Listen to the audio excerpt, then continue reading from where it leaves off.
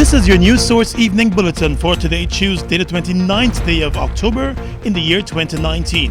Here's what we're tracking tonight. 4 persons were this afternoon charged and remanded to jail for the murder of gold miner Dion Stull.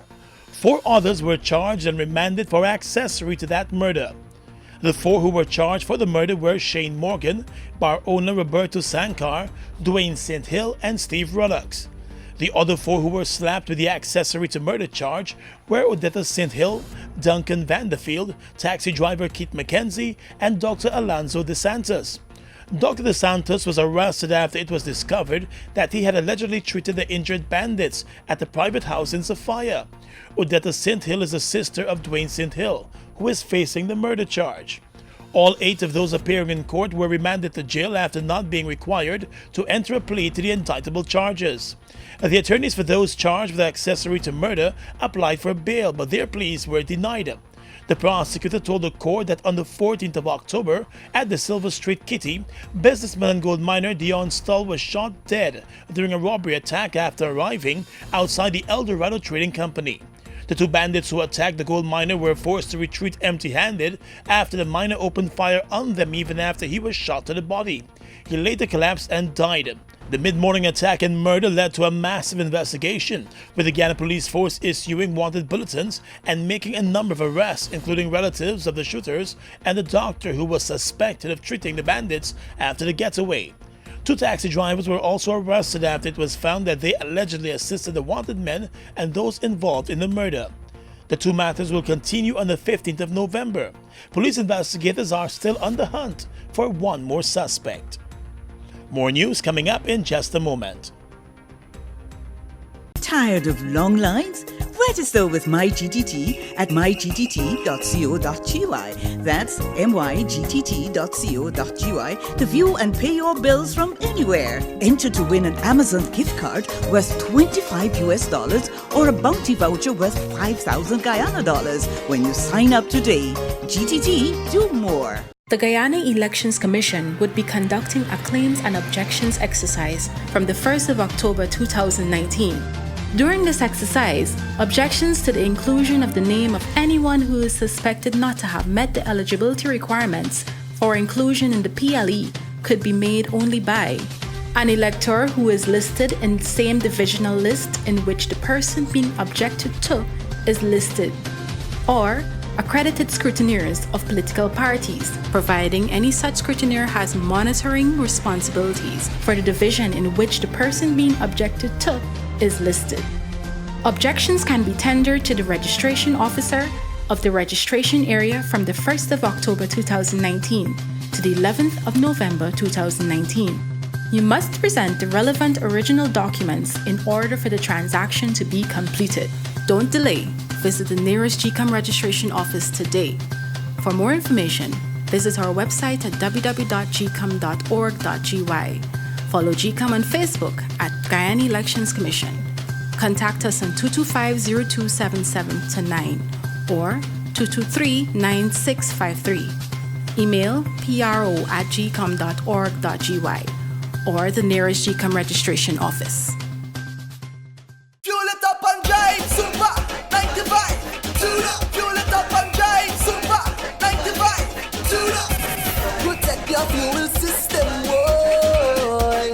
High mileage and performance, boy. Guy Oil's Super 95 gasoline gives you more reasons to drive and is available at 56 service stations nationwide. For affordable price, high performance, and high mileage, choose Guy Oil's Super 95 gasoline.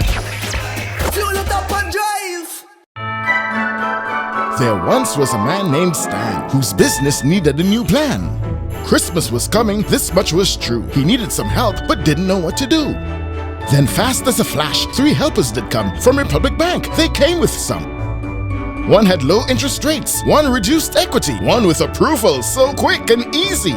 Now Stan is the man and his business is booming. Christmas is good and he is winning. Reach more customers and boost your business with a Republic Small Business Loan today. Welcome back. Guyana's premier secondary institution, Queen's College, is celebrating its 175th anniversary. The school hosted a General Assembly this morning to mark the milestone, and the guest speaker was one of its old students, President David Granger. In his address to students, former students, staff members, and invitees, the president spoke about the need for more emphasis to be placed on science and technology, as he reminded that education will remain key to all of his government's plans and programs. Education is at the heart of government's plan to prepare succeeding generations for these transformational changes, to ensure that college graduates enjoy the best opportunities available, and to develop an internationally competitive economy. Guyana is not an island unto itself. It must compete with other countries in a constantly changing and rapidly developing world if it is to sell its products and to seek investments. Science and technology are at the center of these changes. As Guyana prepares for the oil and gas sector, the president said tomorrow's future leaders must now focus on that sector and the human resources that will be needed to see the sector perform well. A robust local industrial sector did not emerge in the shadow of these giant traditional multinational corporations. And the country has never really been able to recruit and employ the human resources needed for the new industries that we are faced with, particularly the petroleum industries. We just do not have sufficient human resources to make fullest use of this new industry. President Granger presented a $2.5 million check to the principal of Queen's College to assist in the development of the school's science programs. The principal, Mrs. Jackie Ralph, during an address to the students, said she's pleased to be at the helm of the school in its 175th year. The 175th anniversary marks an important milestone in the development of Queen's College, and it's truly a memorable occasion for our staff, students, alumni, and friends.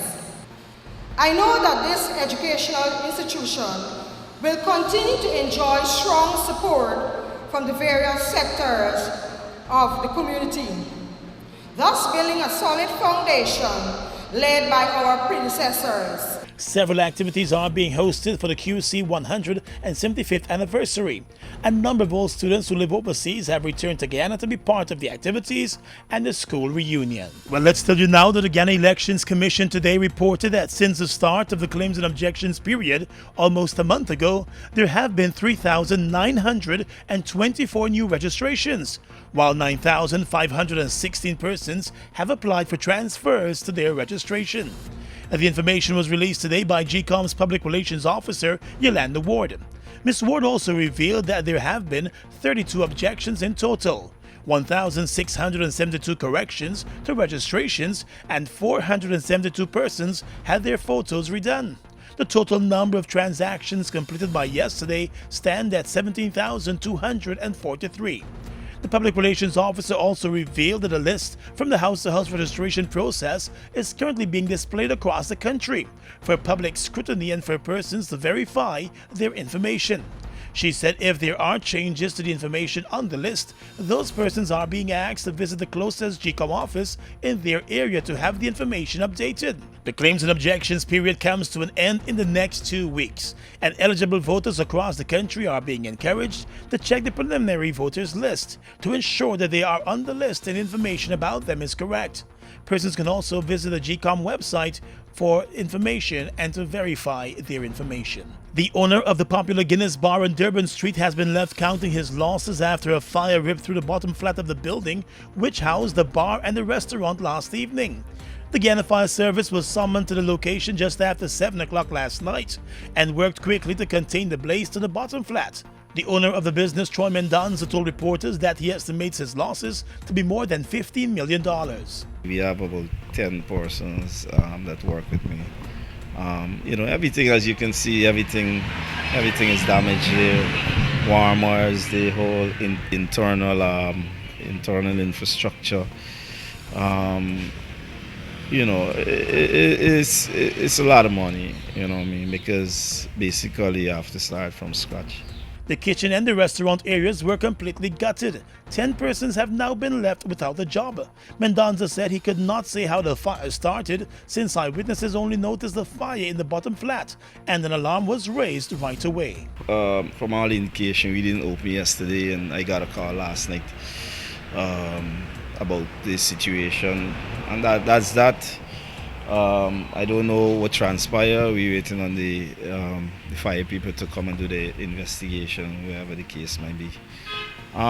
In going forward,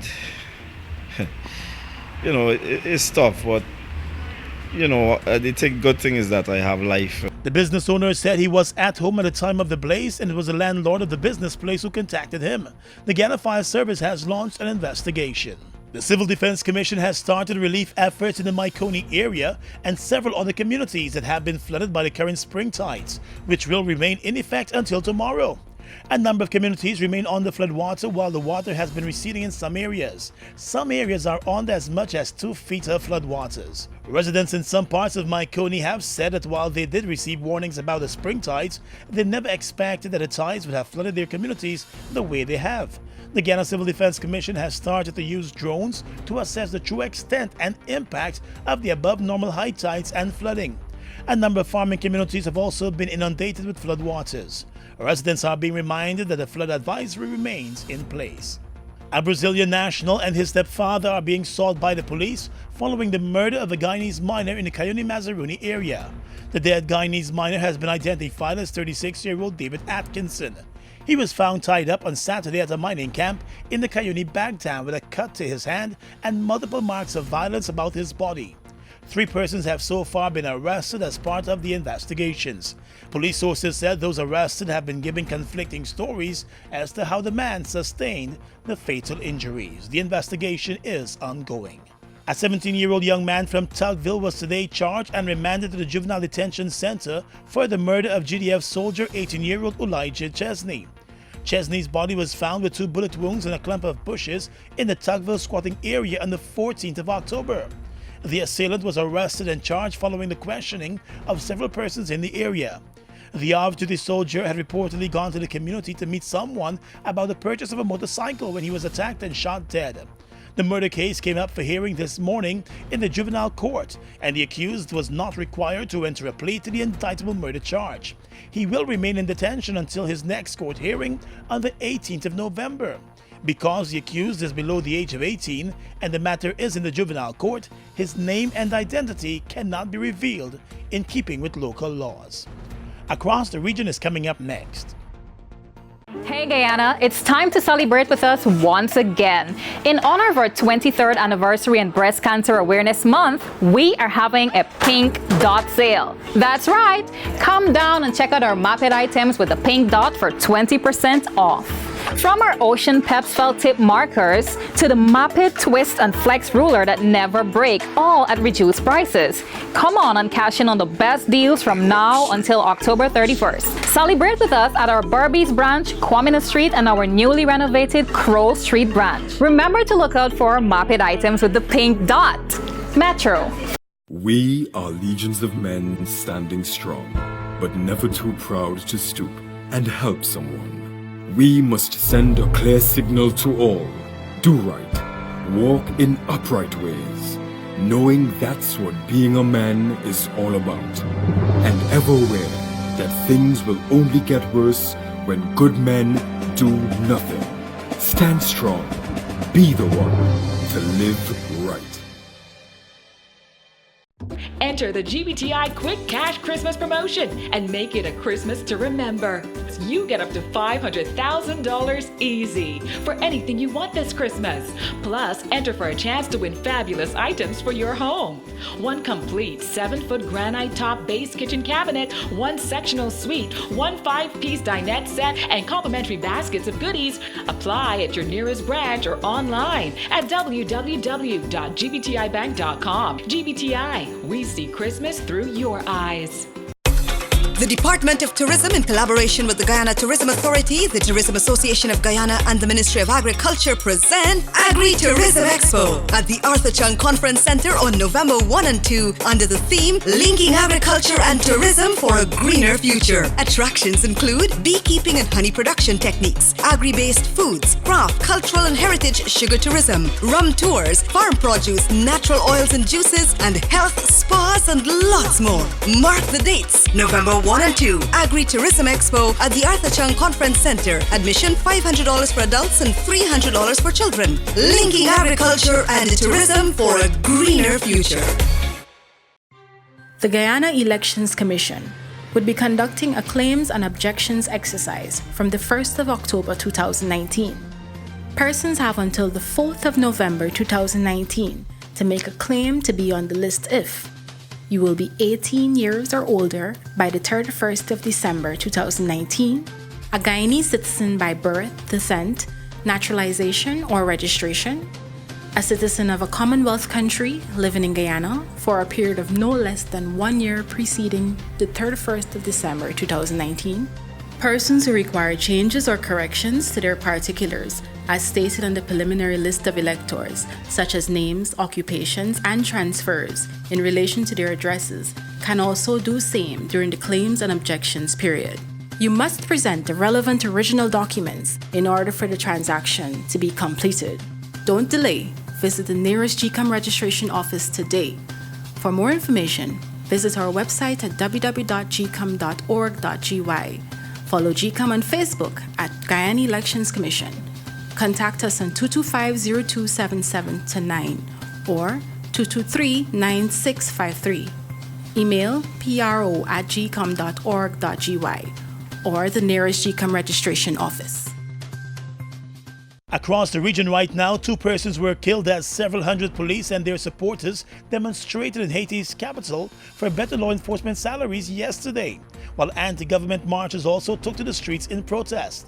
The first victim was shot during a protest demanding that the president step down from office. The man who opened fire on the crowd of marchers was beaten to death and then burned by demonstrators. With their faces hidden, several plainclothes police officers fired in the air near the anti-government protesters. Several large bursts of gunfire from unidentified individuals were then heard right next to the area where protesters were marching. Prior to the protest, police officers had presented their grievances at the headquarters of the Haitian National Police. As they have for 2 months, presidential detractors demanded that the president resigns from office. They were joined by some churchgoers on their way out of service on Sunday. Let's tell you now that Chilean President Sebastián Piñera has announced sweeping changes to his cabinet in an effort to quell mass protests which have swept through the country for days. 8 ministers, including Interior and the Finance ministers, will be replaced. The move comes 2 days after Mr. Piñera put the entire cabinet on notice. Despite the measures, protesters have again clashed with security forces in Santiago and different parts of the country. President Piñera said that the country had lived through difficult days.